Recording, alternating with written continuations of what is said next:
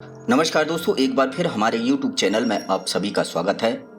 दोस्तों, हम आपके लिए लेकर के आए हैं सिंहासन 32 पुतलियों की 32 कहानियां। आज हम आपको सुनाने जा रहे हैं तीसरी पुतली की तीसरी कहानी।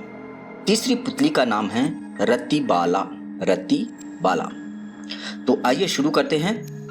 आज तीसरा दिन। आज फिर राजा भोज सुबह सुबह तैयार होकर के सिंहासन पर बैठने गया और जैसे ही वो बैठने गया, सिंहासन की तीसरी पुतली उड़ करके आगे आई और उसने राजा भोज को रोकते हुए बोला, क्या तुम हमारे राजा विक्रमादित्य जैसे पराक्रमी हो, वीर हो, दानी हो? आज मैं तुम्हें एक कहानी सुनाती हूँ। राजा भोज अपनी प्रजा का बहुत ख्याल रखते थे और समय समय पर वेश बदल करके प्रजा के बीच जाकर के उनका हालचाल पूछते थे।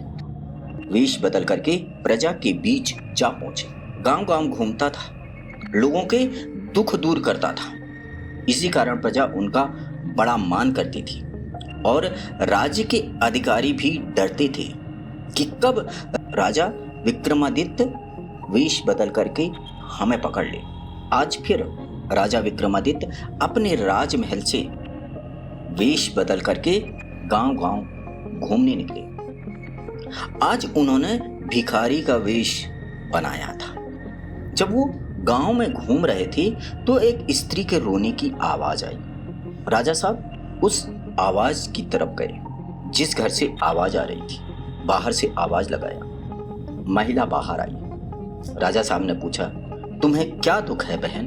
उस स्त्री ने आश्चर्य से देखा, बोली, तुम एक भिखारी हो, भला मेरी क्या सहायता कर सकते हो? फिर राजा साहब को आभास हुआ, अरे आज तो मैं भिखारी के वेश में हूँ, मैंने अपना रूप बदला है। फिर भी उन्होंने कहा, शायद मैं आपके कुछ काम आ सकूं। वह स्त्री कहने लगी, तुम क्या मदद करोगे? फिर भी अगर तुम मुझे पूछ रहे हो तो मैं तुम्हें बताती हूँ। आज राज महाजन को कर्ज चुकाने का आखिरी दिन का। उसका कर्जा हम नहीं चुका पाए। आज वह मेरी पति को हंटरों से मारेगा। कर्जा न चुका पाने का यह दंड पंचायत ने दिया है। विक्रम बोला, कितने हंटर की सजा दी है पंचायत ने?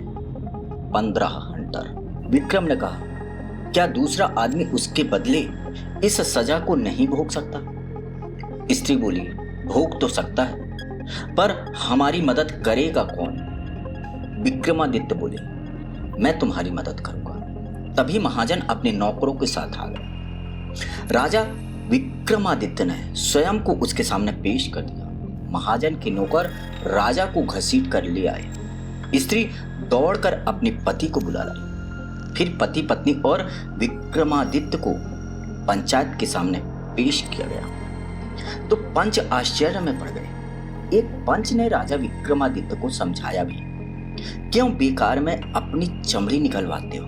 राजा शांत भाव से बोले, कोई बात नहीं, पंचायत का दंड मुझे मंजूर है। भिखारी के वेशधारी राजा विक्रमादित्य को टीले पर खड़ा करके उनके कपड़े खोल करके उनके गले पर पड़ा हीरो का हाल देख करके सब चौंक गए। राजा से पूछने लगे कि वह कौन है, यह हीरो का हार उसके गले में कैसे आया, और फिर तुम कोड़े कैसे खा रहे हो? राजा ने अपना हार उतार कर दे दिया और बोले, लो यह हार तुम लो और बाकी का रुपया वापस कर दो। हीरो का हार देख करके सब चौंक गए। वह महाजन भी चौंक गया। उसने बोला, यह तो अत्यंत मूल्यवान है। सबके मन में एक ही सवाल आया कि यह हार भिखारी के पास कैसे आया। यह किसी राजा महाराजा का मालूम पड़ता। जरूर तुमने चोरी की है। यह हार चोरी का और तुम चोर हो, भिखारी बनकर के घूम रहे हो। राजा विक्रमादित्य से पूछताछ शुरू हुई। राजा विक्रमादित्य ने कोई जवाब नहीं दिया। पंचों ने नगर कोतवाल को खबर कर दी। उस गांव के किसी भी व्यक्ति ने राजा विक्रमादित्य को नहीं देखा था, इसलिए वो राजा को पहचानते भी नहीं थे, सिर्फ नाम जानते थे, शहर कोतवाल। और जैसे ही शहर कोतवाल ने भिखारी को देखा तो देखते ही रह गए। उसकी आंखें फटी की फटी रह गई। अब शहर कोतवाल तो कभी ना कभी राजा के पास गया ही होगा। शहर गया होगा, किसी सभा में गया होगा, तो वह विक्रमादित्य जी को पहचानता था। भिखारी के भेष में उसने राजा विक्रमादित्य को पहचान, बस फिर क्या था, सब राजा विक्रमादित्य के चरणों पर लौटने लगे और उनकी भूरी भूरी प्रशंसा करने लगे। राजा भोज विक्रमादित्य अपनी प्रजा के लिए बहुत सोचते थे, इतने दयालु थे और प्रजावत्सल था। अगर तुम्हारे पास ऐसा कोई भी उदाहरण है कि आप अपनी तुलना राजा विक्रमादित्य से कर सकते हो, तो तुम इस सिंहासन पर बैठ सकते हो। राजा भोज सोच में पड़ गए। रतिबाला हंसने लगी, खिलखिला करके हंस पड़ी और आकाश की ओर उड़ गई। तो दोस्तों, हमें उम्मीद है कि आपको ये कहानी पसंद आई होगी। मिलते हैं नेक्स्ट वीडियो में नेक्स्ट कहानी के साथ। हमारी वीडियो को लाइक करिए, चैनल को सब्सक्राइब करिए और देखते रहिए हमारा यूट्यूब चैनल। थैंक यू, धन्यवाद।